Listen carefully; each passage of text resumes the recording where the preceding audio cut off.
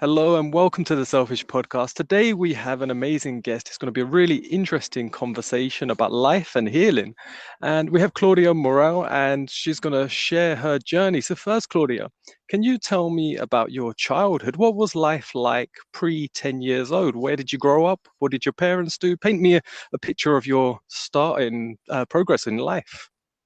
Oh, fantastic, Luke. Thank you for such a great introductory question. So, I happen to be a child of immigrant parents in America. My parents and entire family come from Mexico, a couple of different parts of Mexico, actually. My mother's side of the family is from Mexico City, and my father's side of the family are from the mining mountain towns of northern Mexico. Hmm. So, growing up in the United States was really interesting for me. I grew up speaking Spanish and English all at once. Oh, nice. And whereabouts in the America did you first come to? And are you in the same place? Yeah, I was born in Boston, Massachusetts, the East Coast of America, which I always said to my grandmother, why did you immigrate to such a cold state? Yeah. And although my heart desires to live somewhere warm like Spain, where you do, I still remain in Boston for now. Okay. And what did your parents do when they came to America? So, my grandmother tells the story of coming to America as a nanny for at Harvard University. I'm Hmm. not quite sure what her true immigration story is. I'm going with that one. It's a little bit sort of secretive in there. She came over. And then my mother came when she was about 8 years old. So my grandmother had to leave her two children in Mexico. She left a very difficult marriage, abusive marriage over there, to come to America and then went back for her children, my mother and her brother. My Yeah. father came over when he was older. He was 19 years old in search of the American dream. Okay, nice. And what was it like for school and stuff in your early life? I always loved school. In my early life, I started in school in Boston. I loved it. And funny enough, as a makeup artist, I loved my colors. I loved learning about the crayons and the smell and the box and everything that they did and the textures. But then I did end up going, to California and then coming back, and that was a little bit more difficult. So academically, I've always loved school. Socially, it was a bit of a bumpy ride. Okay. Do you remember your first like ambition or dream as what you wanted to be or do when you was older? Like when you was young, your first goal? Um, it was always creative. No matter what I wanted to do, it was creative. I remember like one of my first toys ever was a plastic makeup set, and I loved it. I still didn't have the inkling that that's what I would do. But then as I got older in high school, I became very romanced by the idea of becoming a writer. As I, Hmm. learned about Herman Hesse and the book Siddhartha, I took all the writing classes and reading classes I could in high school and would dress like a hippie and walk around being moody and thinking that I had so much to say. Nice. And what comes to mind as what was your first struggle in life? What was my first struggle in life? What comes to mind? I think it was like having this sense, you know, of like as I started to discover Herman Hesse and, that there was more to life that meets the eye and trying to make Mhm. sense of that sort of dichotomy and starting to feel the pang and the pull of wanting to learn about the mysticism of life and still trying to function in every day, going to school Yeah. and having Hmm. friends and all of that. And where do you feel with that now in your life? Now I feel completely connected to that side. Like right now in this moment, having just finished a light session for a client, I feel like it's a beautiful, expansive, endless learning of what is available to us through connection and spirit. Oh, nice. And how do you think a conversation would go if you was to go back to yourself at that time, at that age? What do you think your younger self would now think of you if they were to meet you? Oh, there's a wonderful television show I love to watch called RuPaul's Drag Race. And he has all of his contestants do this. He holds up a little picture of them as a child while they're on stage in their drag, which I think is a beautiful metaphor. Um, and he says, "What would you say to your younger self?" Your question's a little different. Like, what would your younger self think of who I am now? And I can sense it and I can feel it. And she's totally proud and kind of standing there saying, I kind of told you so. Oh, nice. That's really nice. Um, so you got into, like you said, being a makeup artist and then into now light work. How did that transition happen in your life? How did you get into the movie industry and into that area? Yeah, that's a fun story, actually. When I was in my late 20s, I was still working in corporate America, hating it, struggling, and just getting laid off from job after job, which was like such a blessing because I just was trying to fit myself in where I didn't belong. So, because I got laid off, I had the opportunity to be on unemployment for a while. And during that time, while I discovered yoga. Hmm. And so eventually I ended up getting my first makeup job at a makeup counter, which was part time. And I had been discovering yoga. So I would go to yoga in the morning and open the studio and get free yoga because I was able to open and warm up the studio and check everybody in. I'd go home, I'd change into, it's funny, the dichotomy, into my work clothes, put on a full face of makeup, and go work at a makeup counter. So they grew side by side. As I grew as a makeup artist, I grew in my yoga practice, which turned into a spiritual practice, which turned into energy medicine school. So as my career in makeup artistry grew, so did my expansion into mysticism and spirituality. Oh, nice. And what age was you when you first started? Like you knew you had made, say, your first professional uh, film makeup sort of career. When did you feel established? When did I feel established? So I've been doing it for 20 years. And to be honest with you, it was probably about only 4 years ago that I began to feel Mhm. established. 4 or 5 years ago, I met all the requirements that it took to enter into our union. The film and television industry is unionized, and my career finally took off. Yeah, because I looked through your website and saw like you'd worked on quite a number of films and big sort of A-list films. So it's yeah, quite really interesting. And I used to do extra work a long time ago on because I'm interested in writing as well, and Oh, I great. thought I'll do some extra work to just see what it's like behind the scenes and to be on film sets and just be immerse myself as much in that culture as possible. And that was really interesting, especially the makeup department, because I couldn't believe the size of it and the Yeah. amount of people and just how much was going on. But no, it was really, really interesting to see that world. How do you find that intertwined with your spirituality and your spiritual practice, being in, say, the movie world? Oh, I don't know that I could do it without it.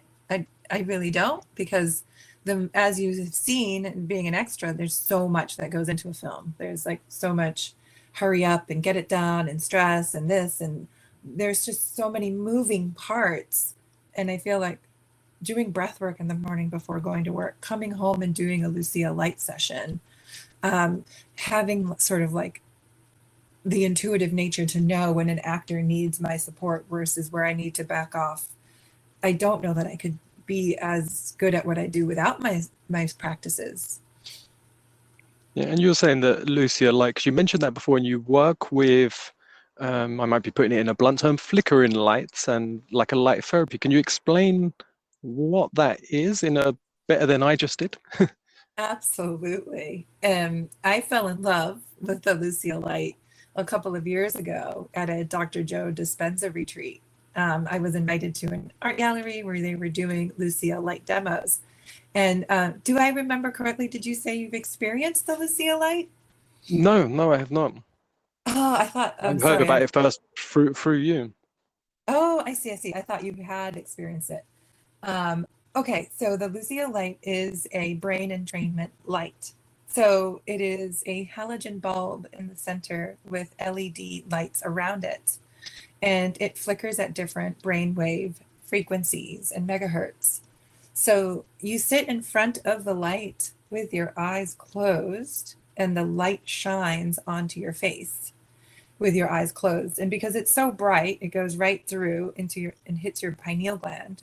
And as it starts to flicker, you begin to see different fractal patterns and could have a psychedelic experience or a spiritual experience. So it holds your brain. It takes your brain out of high beta or beta brainwave and suspends it into a hypnagogic state, which is alpha theta brainwave.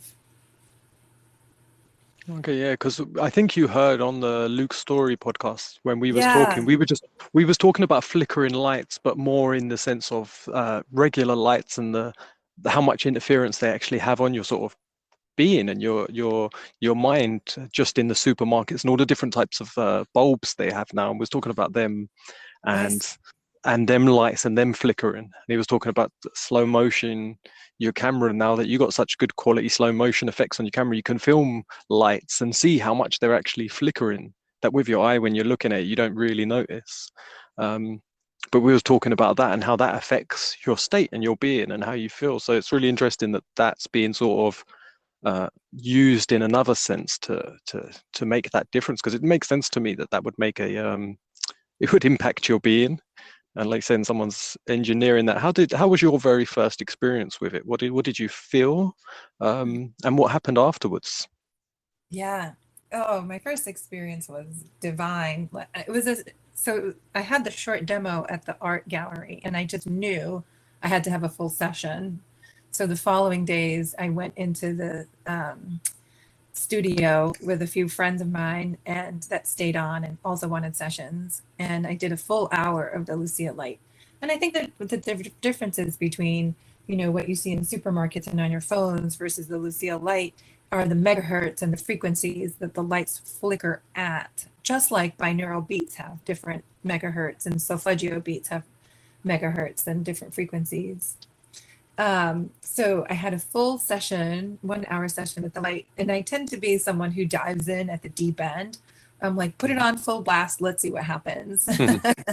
So I went into a session called DMT for about an hour, and I just saw the most beautiful fractal patterns, felt like I connected with God. I was crying when I came out of the session. I wanted everybody who was there to come over and touch me because I felt like if they touched me, they would know what divine love and connection meant. And I just couldn't stop crying from the joy and the bliss and the ecstasy. And I was like, Did you? this is it. Uh, I have to have one. yeah, and how long was the short one that, like you said, you had a little taste or sort of preview of it? How long was that? Yeah, the demos are anywhere between 2 to 5 minutes. And what did you feel in that time that led you into the longer one? At first, I felt like, whoa, this is just way too bright. And then I did have to turn it down a little bit in the beginning. And then I just felt like a knowing, like I know whether I like a song within 5 beats of like it coming on the radio. Yeah. I know if I like someone right away. And I just knew I had to experience this light more. And then after my first session, I just knew I had to have one. Yeah, and then you started so you trained yourself in that to perform that for other people. So you do that as a service for people yourself? I do. Yeah. Yeah. So I'll actually tell you a little bit about the journey to getting the light because it was really quite special too. Mhm. The lights they cost about as much as a car. The professional portals are like $25,000. The Okay. home personal portals are 10. And so I was like, how am I going to get this light? I had the money at first and then I didn't have the money. And then the pandemic hit.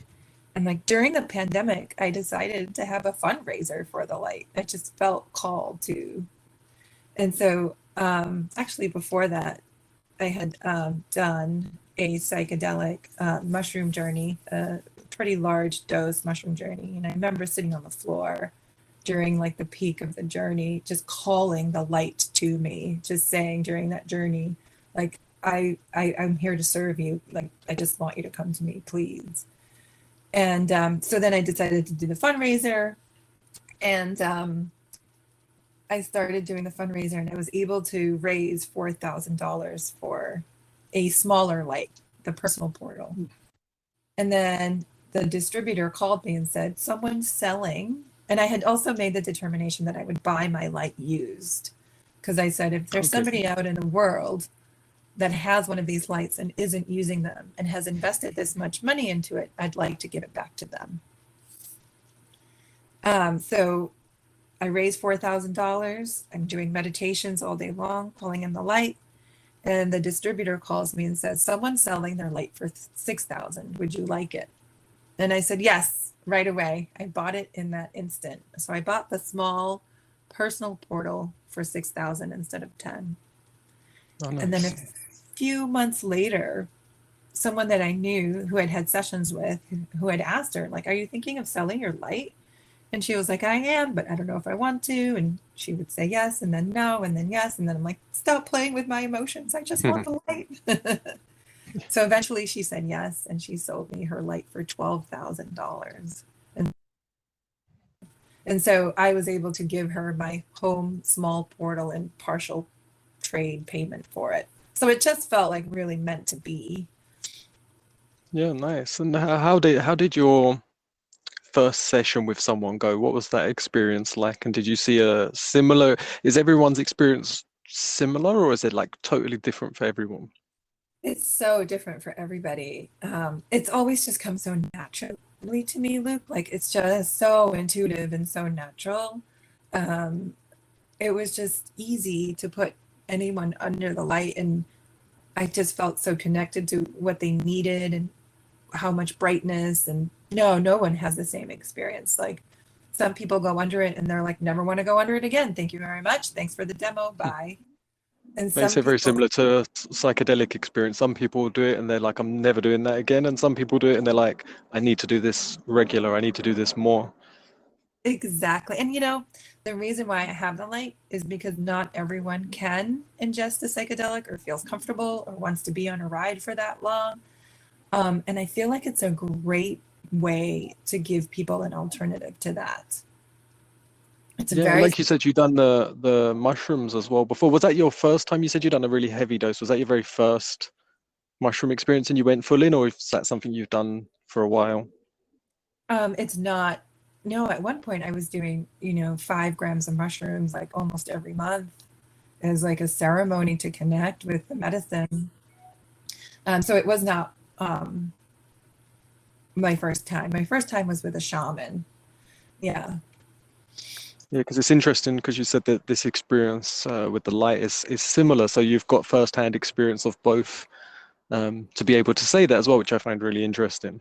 Yeah. Yeah, absolutely. It's so nice because, like, you take 5 grams of mushrooms and you're in it for 6 hours, and it's not, and then the next day I do need to recover. I do need to nutrition. I do need to, take a bath and do all the things that your body needs to recover from it. Your body, mind, and soul, journal, integrate. But with the light, you can come in, you can have, and it's sometimes as profound as a 5 gram mushroom journey. And sometimes it's just a gentle, just like a medicine is very similar. But it's nice because if it gets too much, you can just turn your head to the side and you don't feel the light anymore. You can raise your hand. I can dim it. So it's a little more like introductory, manageable. And how long, you said your first one, like you just had that feeling of unconditional love and sort of sounds like grace. How long did that last afterwards? I think it probably lasted about a week. And then your second time when you went back and done it again, did you have the same or was it totally different? It's different, it's really different every time. And what I found is, like, I think a lot of it has to do with how much beta you're in before you go under the light. There's another gal who works with me who I'm training to use the lights.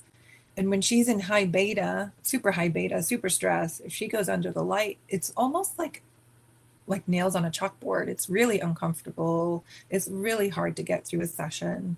So I almost recommend doing breath work or stabilizing your brain waves before doing that. Yeah, I find for me personally, like I've always been because I don't know if you've seen I have a lot of videos on YouTube and share a lot of my life, but I had a lot of depression and a lot of trauma in my early life. Yes. And it sent me, my mum had schizophrenia, like really, really bad. And that sent me on a sort of mission I was obsessed with my self-control. So I wouldn't Mm, touch any substances. I didn't want to do anything that could alter my sort of conscious state because I didn't want to lose it in any way. And I thought it's so important to be in sort of conscious control. Um, so yes. I didn't go near sort of lots of things. I didn't drink alcohol. I stopped, like I had alcohol when I was like 14 years old with some friends and stuff. And then by the time I was 18, I was like, I'm never drinking again. Mm, I've not got time for that. I don't want that risk of not being in full control of everything.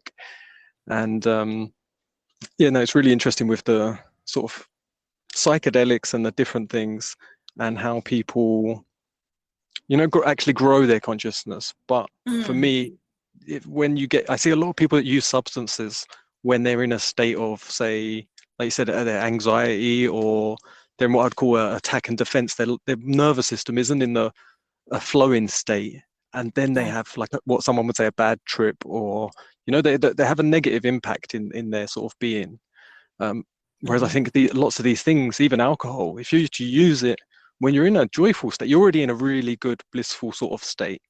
Then you take it, and then it's like it expands that consciousness, it seems. It makes you actually have a larger perception and a better way of sort of seeing yourself and seeing things. Mhm. So it sounds very similar with this. Like, so do you do that with your clients? Do you do work with them, like you said, the yoga and breath work? Is that Yeah. part of a session? Yeah. You really made some great points, Luke. Yeah. It is set and setting. And it's the same with the light, your set is your mindset, your setting is the environment. And I do create that for my clients. And more of what I do now instead of yoga and breath work is I channel. So something that opened up during my first Bufo ceremony was I'd always channeled a little bit, never really quite trusted it. And during my first Bufo ceremony, it just blew open. And What's Bufo? I'm not sure what that is. yeah, Bufo is in animal medicine. It comes from a toad. It's 5-MeO-DMT. Because there's another one that I've seen, the one they like put a little cut on your arm and they put one on there and you're sick. I forget what that's called. Yeah, that one's Cambo. called Is it like Kambo. that? No, they're completely different. Yeah. So Kambo comes from a frog and Bufo comes from a toad. Oh, okay. Yeah, because the Cambo one's not psychedelic at all, is it? It's like a Not at purging. all. It's actually makes you clear your sort of, it seems, your liver and things. So Yeah, this one has psychedelic properties in it. it does. Yeah, 5-MeO-DMT does have psychedelic properties in it. But more than anything, I think it's just so incredibly conscious expanding. I feel like I call it like a power wash to your life. So I feel like it power washed away anything that was holding me back from channeling. So now I can go into trance and sort of bring through either the guides of the people who have come to see me for a light session, or the guides that I channeled called the collective, or anyone who has passed, any information that the Mm. person who's here for a light session needs, um, comes through me as a channel. So I do it in two ways. They'll speak through me, my voice will change, my eyes might close. So they'll speak through me at the intake. When I'm doing their intake, they start talking, the guides will start talking as to, like, they already know everything that's going on. So they already know what's happening. And then they'll help me choose sort of what program to work with the light. And then as the client is under the light, I will write sometimes up to 11 pages of information that's coming through. Oh, interesting. It's like my granddad used to do channeling, and he's passed now. That's why I said used to. He didn't stop. It was like he did it until his last days. He just kept doing more of it. Mm. Um, And yeah, he would just be like, right. And then he used to teach people to do the like to channel and to write. So it just, and he was saying like, you're not, he was trying to explain it to me, but I was a really young child at the time. He wasn't teaching me how to do it, but I was sort of just curious. And from what I gathered, like it's just saying things come through. And he wrote a book, and I read that, and he talked about that. Like he used to do drawings. That he said he's never been able to draw in his life, and then suddenly he channels in these drawings, and they're really nice, Oh my like gosh, professional drawings. I'd love to Um, read his book and see his drawings. Yeah, I'll send you a link. I don't think because he passed, and again, this sort of even this topic, like for so many people, sort of taboo or not a lot of people are open to even have the conversation about it. As soon as they hear certain things like channeling or say, it's just nope, that's dismissed. So Right. this was like 20 years ago, and all his family and everyone I think that knew him didn't understand and sort of thought he was losing his mind. Yeah. So when his book sort of got made, they thought he's just wasted years of his life writing this book and doing things. And I think because he passed, nothing really happened with it. So I'm not even Mm, sure. I have to have a look. I'll look for you and see if it's actually available. I've tried to look before and I couldn't find it. I still no have my worries. own signed copy. He gave every one of his grandkids a signed copy of it. So I still have that with me. Oh, But I don't know if it's actually available anywhere. yeah. But he just shares his process. But no, it was really interesting with the channeling. And now, like, you can go online and so many people are sharing their experience. I was actually talking to someone else about they're a like a not a psychic medium. They work in the paranormal and Mm, do readings and go to places and help people with the sort of presence that they're experiencing in their environment to try and settle it. And I was yeah. talking to her and I said, was there a coming out period? A bit like if you're gay and you have to come out. I said, Yes. did you that so was that the same with you with what you do? Because it's like I said, in that area where it's not socially always accepted, was there a coming out point when you thought, you know what, I'm feeling this, I'm able to do this, but you were resisting it, and then you had to tell people? Like, do you talk about it with your parents, or Mm, how mm. was that for you? You're absolutely right, Luke. I did have a coming out period, and also like figuring out like what do I call myself and how do I say what I do, and like my voice changes, my eyes close, my hands move into mudras. Like it's a little bit odd. And there was like I always still to this day explain to my clients this is going to happen and it might be weird. And for the first time on my Instagram, I actually said it out loud for the first time in public. Like I came out, I'm an Yeah, intuitive channel and this is what I do, you know. Yeah. I haven't really explained it to my parents yet. My dad's like a old Mexican dude from a mining town. My mom is cute. She's like, "Okay, sure. Good." But it's so far out of their scope that, you know, they're like, "That's nice." yeah. Yeah. Um, how does so you're doing that, and you're still in the doing the makeup artistry. How Mhm. has the last 2 years been for you with everything that's going on? Everyone's been affected in so many ways by the pandemic in the last couple of years. How's that affected you internally as well as externally? Yeah. Oh, very good question. You know, it's been a great time for me internally. I work so much in the film and television industry, as you know, from having been on sets. We work very long hours and it can be very draining. So during the pandemic, when we had lockdown, I had the great opportunity to take a 12-week course called Love, Life, Legacy, just really learning about who I am in the world and what legacy I want to leave. And that really is where I came up with like, this is what I want to do, like the work with the light. And then externally, I'd always lived with roommates and, other people and been slightly afraid without knowing of being on my own. And I just kept praying for an apartment where I could see clients and have a studio in my home. And during one of the films I was working on, which is coming out very soon, which is the biggest film I've ever worked on, which my mom had no idea. Speaking of like, how do you tell your parents what you do? My mom's like, I've been seeing this movie. It's coming out. And I'm like, yeah, mom, I worked on it. She's like, you did? What can you say? What movie that is? Yeah, it's called Don't Look Up. Oh, I feel like I have heard that or something. It's coming out on Netflix December 24th. So it's very exciting.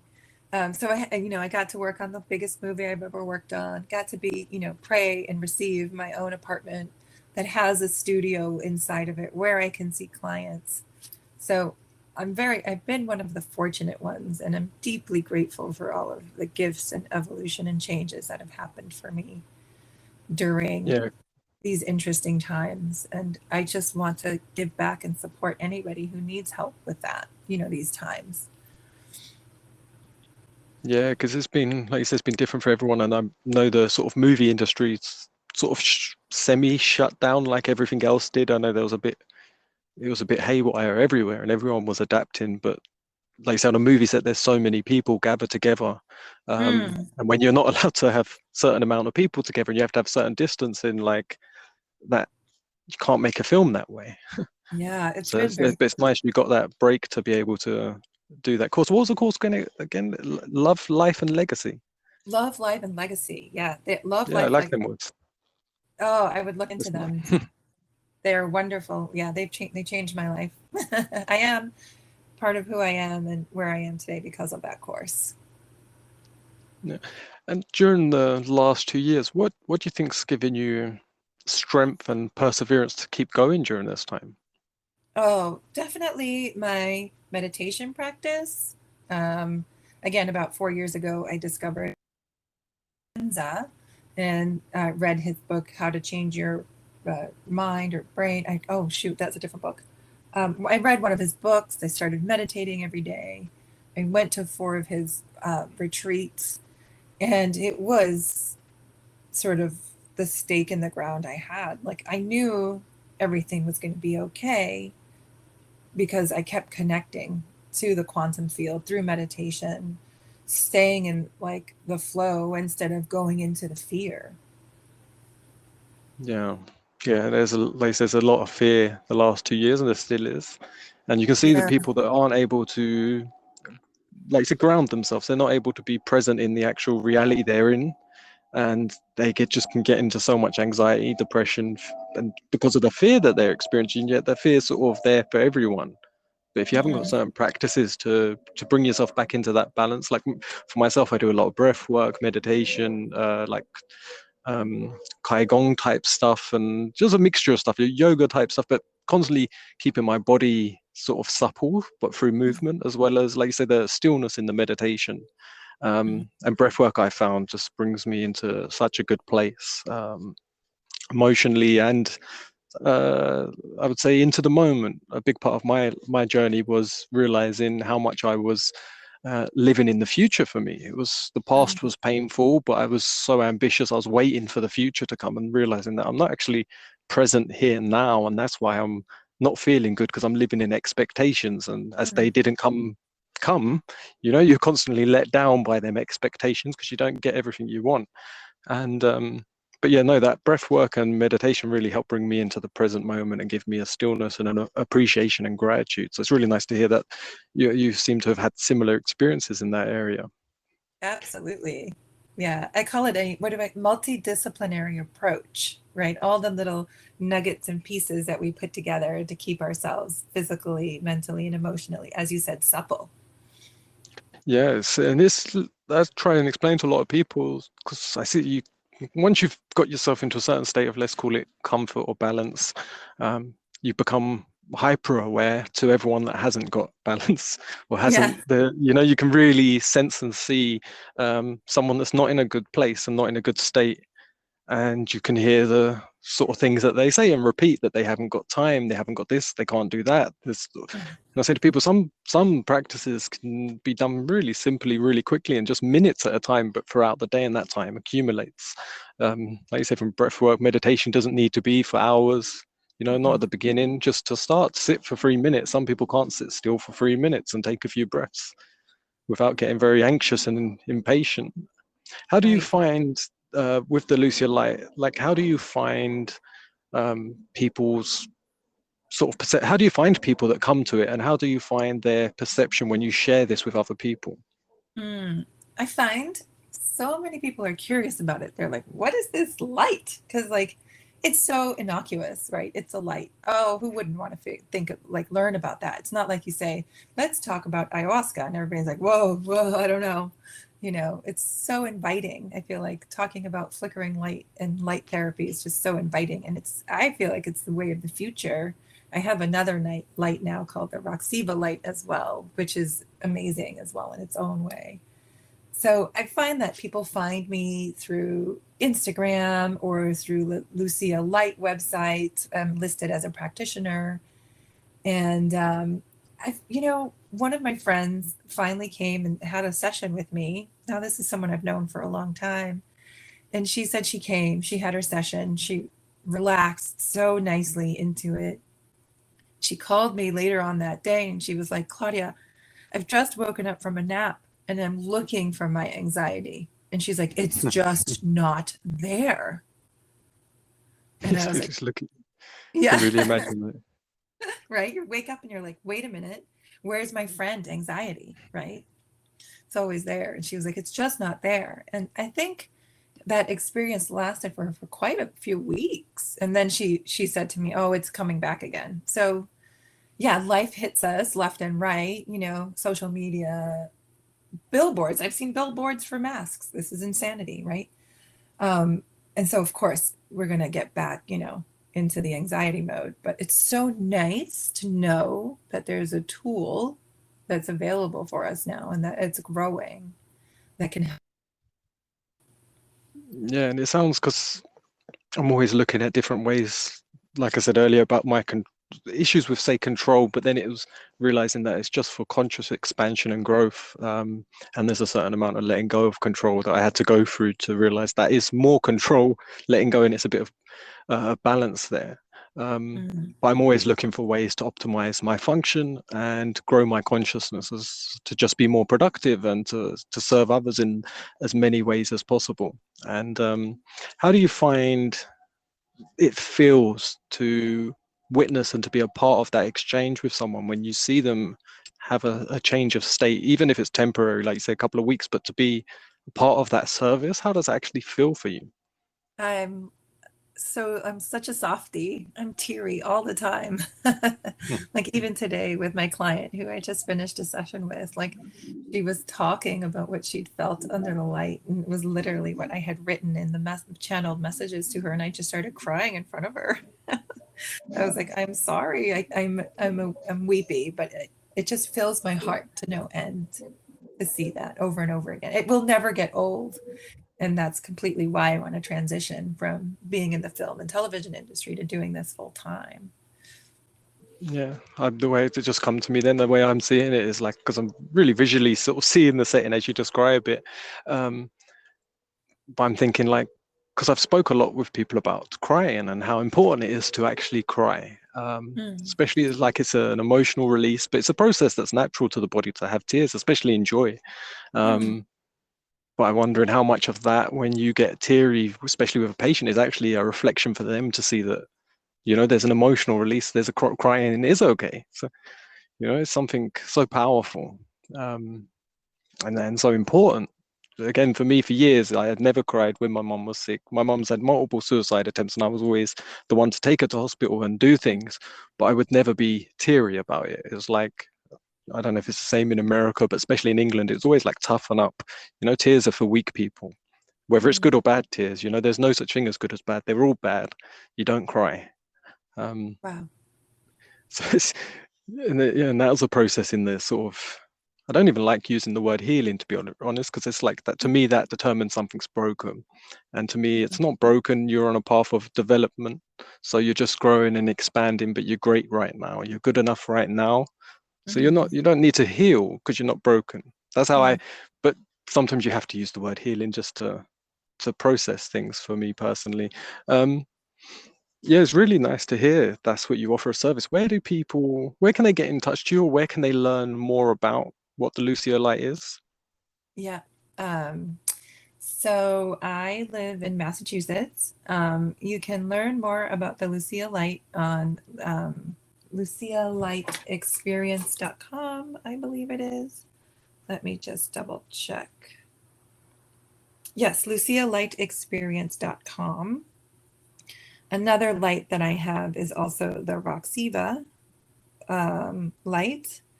And I find that one is going to be great for personal use. And that's roxiva.com. So both of them are flickering lights. Yeah. And if anybody would want to get in touch with me and have the session, I travel all over the world and do sessions. Actually, I bring either of the lights, both of the lights with me. So the best way would be to email me at claudiamoriel@me.com. But I also have an Instagram, which is I'm working on my branding and my website and everything, but my Instagram is Clow_Moriel. Okay, and I'll be sure to put a link in the description. So if anyone's looking for the spelling, they'll be able to find it in the description and follow along. But I definitely think it's something for people to look into and to learn more about. And like you said, for some people, they don't want to do the learning. They'll be ready just to jump straight in and experience. Through the Lucia Light experience, is there like a link if someone's, say, not able to get to you, or does it give a recommendation of a list of people that practice this? Absolutely. It's under the I think it's a link called Find a Practitioner. Okay, that's great. Yeah. And with the sort of the film industry, I'm just curious because you're on the East Coast. How does that work, considering most of the film works on the West Coast? How's that been for that process? Because I know obviously films are done sort of everywhere and different things. Has that been a struggle? Have you thought of you needed to move to LA or anything? Yeah, that's really interesting. I actually had a chart done, an astrocartography chart, which tells you where the best places are for you to live based on certain things. So I had it done for Los Angeles, New York, and Atlanta. So it used to be that Hollywood was only in Hollywood, but that has completely evolved. And New York has been a huge hub for film and television. Atlanta has grown, has 5 studios. New Mexico has the hugest Netflix studios I've ever seen. And Boston has become like Hollywood East. So we had our governor passed a law that gives any production that comes to Massachusetts a 10% tax break. So now we have a studio here. It's growing.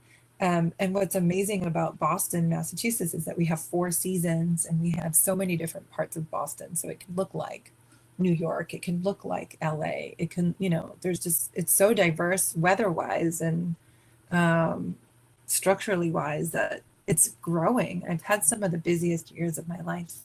Just before the pandemic, I had the busiest year of my life. And this year has been panning out pretty well too.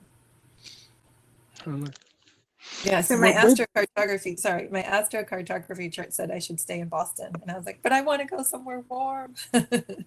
Oh, so that actually said stay where you are. Yeah. Well, at least there's some comfort in that you don't have to move. Well, like you said, Right. and you managed to get the work and sent you on the path of this of working as with the light and to heal and to serve others that maybe Yeah. you wouldn't have even found or got into or had time to if you went somewhere else. I Right. apologize, by the way, if you can hear the planes. I'm under a flight path where I currently am, and hopefully it's not too loud on your end. No, not at all. Okay, good. Yeah. Is there anything else particularly you would like to share with the audience?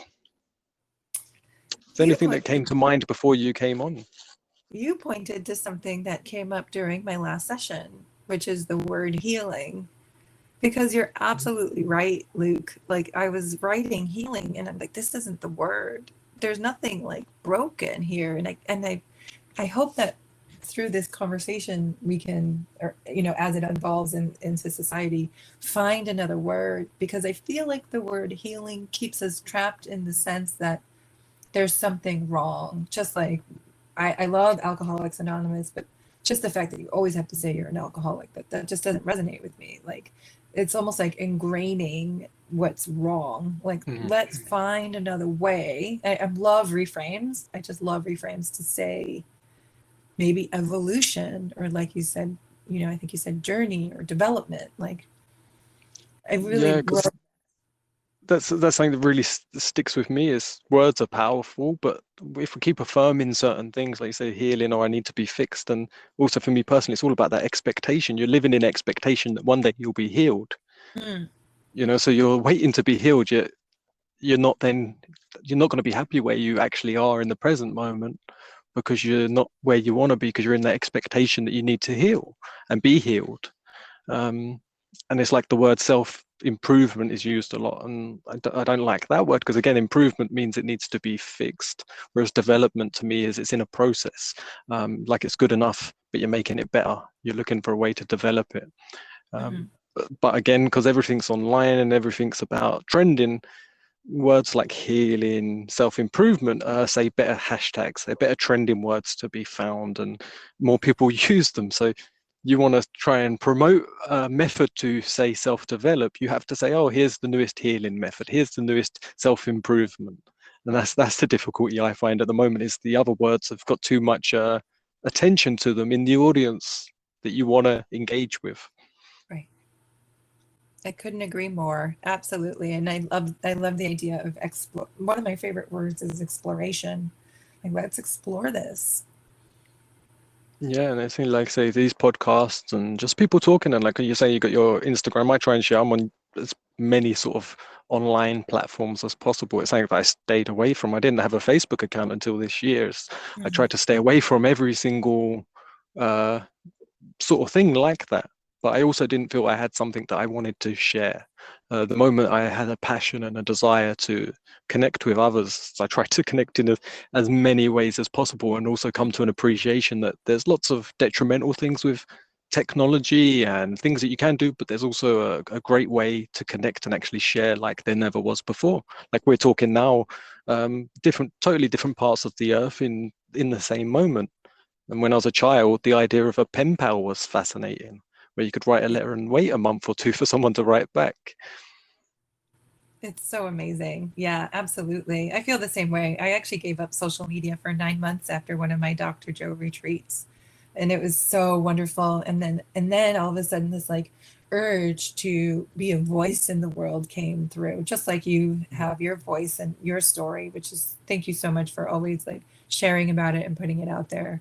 I think, Because I think it helps so many people, like, and I think that's what it is, right, Luke? I think it's about sharing our story in a positive way so that we can support and help others.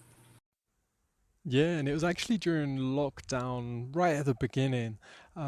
Got a beautiful sharing experience. It was my love Danielle and two friends that we were isolated with, and Danielle shared um, some real extreme past traumas that she never thought she would share.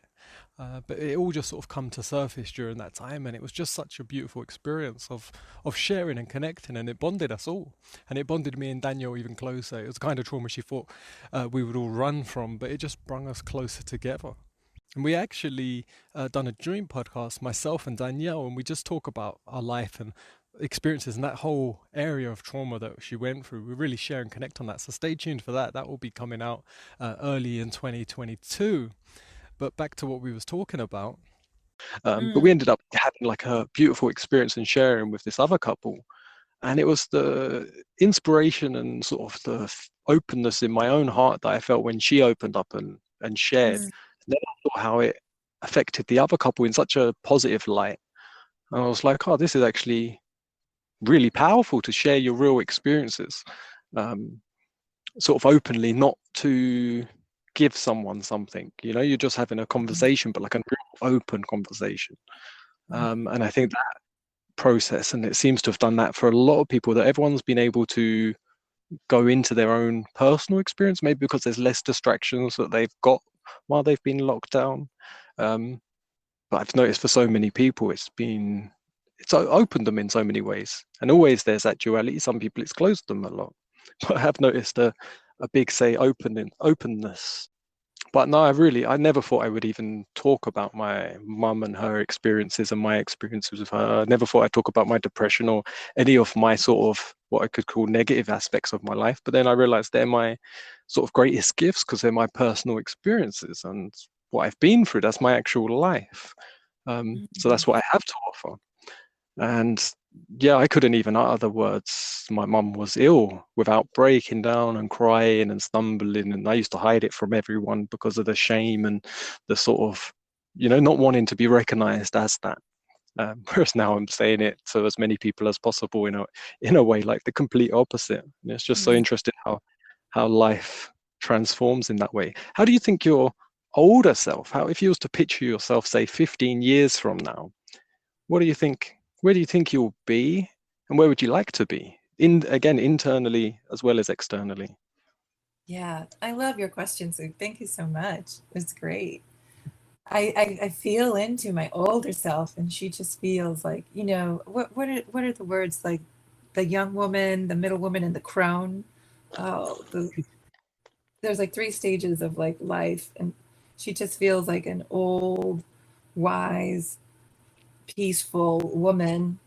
Where would I like to be internally is there, like just feeling that sort of wisdom, that peace, that stillness. And externally, I hope that I get to write a book like did you say grandfather did? Yeah, it's my grandfather on my mum's side. Mhm.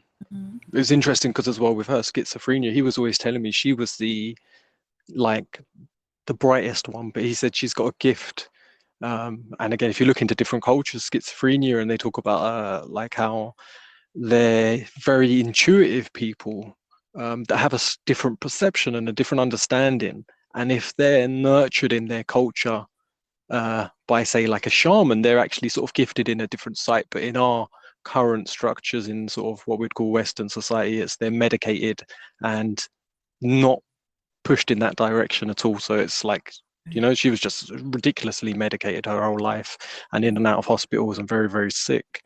But I just find it fascinating the possibilities. But it made sense what he was saying. But yeah, he put a book together that it's really, to be honest, it's a really random book. It has little just random stories and experiences that he had in his life. It's not, wouldn't say it's got a solid structure to the book even, but he Mhm. puts just lot like things that were channeled. He just put some channeling messages, things that he just brought in, and then talked about his channeling experiences and where they entered into his life.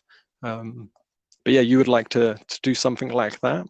I would love to write a book. It's always been a dream of mine. Like before I decided to become a makeup artist, like I said in high school, I romanced the idea of being a writer. And it's always been inside of me to write a book, a channeled text that would help humanity in some way. Yeah, no, that'd be really nice. Maybe you can go the crowdfunding route like you did with the light. I think 2 or 3 episodes ago, if you look at my podcast, there was one. I did notice that podcast. Lisa Furland, and she's what she does as a profession now is to help people crowdfund books. She just works with authors and crowdfunding, and that's what she specializes in. And she's had like something like 100% success rate doing so. But that was really interesting because I myself am in the process of writing a book, and I'm still weighing up how exactly it's going to go. I'm sort of going for both options, to be honest. I'm writing it, and when I get to my sort of 3 chapters and I've got enough to send to a publisher, I'm going to send it to as many publishers as possible, but continue to write. And if I finish the book, then I will crowdfund if I haven't managed to get through the publishing stages. Because there's just so many options now with being able Yeah, to get your book out there that wasn't before. thank goodness. And good luck. I wish you the best on that journey. Thank you. Now, our time is nearly up, so I don't want to keep you too long. I really appreciate your time. I have some shorter, quick fire questions. Have you got time to go through them? I sure do. Yeah, now these are, again, sort of, some of them are sort of one answer, but if you feel the need, you just want to elaborate on them a little bit, you're welcome to. So the first question is, if you could choose one, a cat or a dog, Dog. what's your favorite color? Oh, I love them all. So you could do every color, just I, on all of them. I can't pick one. Okay. And what excites you, especially like creatively and spiritually? Nature does. I'm about to go to the Grand Canyon and Antelope Canyon. Nature is Oh, soul beautiful. food. Yeah. Yeah, definitely is. What turns you off? Uh, Single-mindedness, like not having an open mind. Hmm? What sound or noise do you love? Mm. Lately, I love sort of uh, music and sounds from like Peru, like sort of like Icaros or indigenous sounds. Yeah. What sound or noise do you hate? The sound of judgment.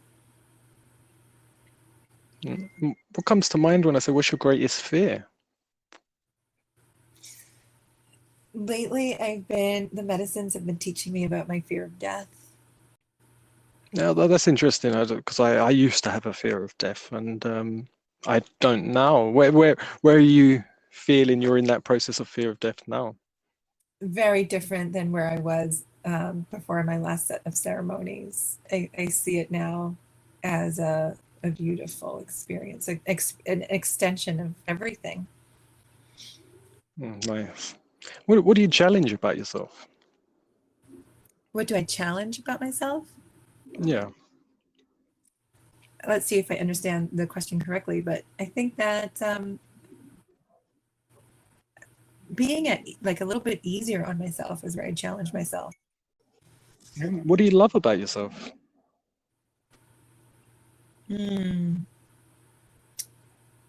My determination. What do you love in others? Um, I love the way people. I helped host this set of ceremonies, and I love the way people fight for their sovereignty. Nice. And what do you love about animals? Oh, they teach me unconditional love. And that was the last question. And yeah, unconditional love. Especially, I liked how should I say? I loved how you explained the feeling after your first Lucia Light experience, because that when I went for a process of really what I would say feeling unconditional love, like you said, you just want to be, you want others to feel it, and when you're saying you just want people to touch you, maybe they will feel what you're feeling. It's like you just want to give that. It's like you're overwhelmed with a giving presence. Mm, And like you said, animals, they just want to give so much. absolutely. Yeah, I have love tattooed on my inner left arm. It's the guiding force. Yeah, no, it has been beautiful to talk with you. Is there anything else that you would like to cover before we sign off? But I really appreciate you being here for this time and really enjoyed hearing your story. I could talk to you for a lot longer, but I try and keep these to an hour. So Yeah. I just want to say thank you, Luke, for making the time to connect with me, to share your story, and for the voice and the message that you are in the world. oh, thank you so much. That's so nice. And I'm going to be talking to, I think it's Katie who you work with. I've got her scheduled for a podcast as well this week. So we're going to get more on. I look forward to having you both on a separate podcast I have called Everything Matters, and it's co-hosted with a friend of mine, Anthony, and it's a much more of an open general conversation where it's not so much about yourself, but we just sort of go into topics of everything and anything. So I think we'll have a four-way conversation with you, Katie, myself, and Anthony, and I think that'll be a really fascinating conversation. I look forward to that chat. It's going to be great. Okay, have a beautiful rest of your day. And again, thank you so much for being here. And I'll make sure to put all your links and everyone can check you out through your Instagram and your website and follow what you do and experience the Lucia Light. It sounds very interesting. Thank you so much. I appreciate it all.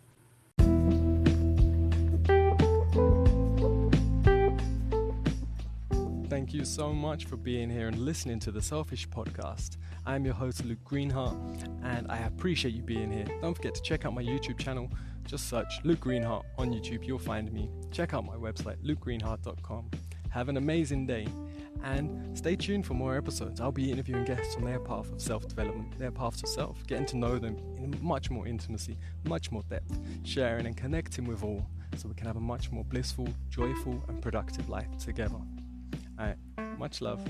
Have a great day.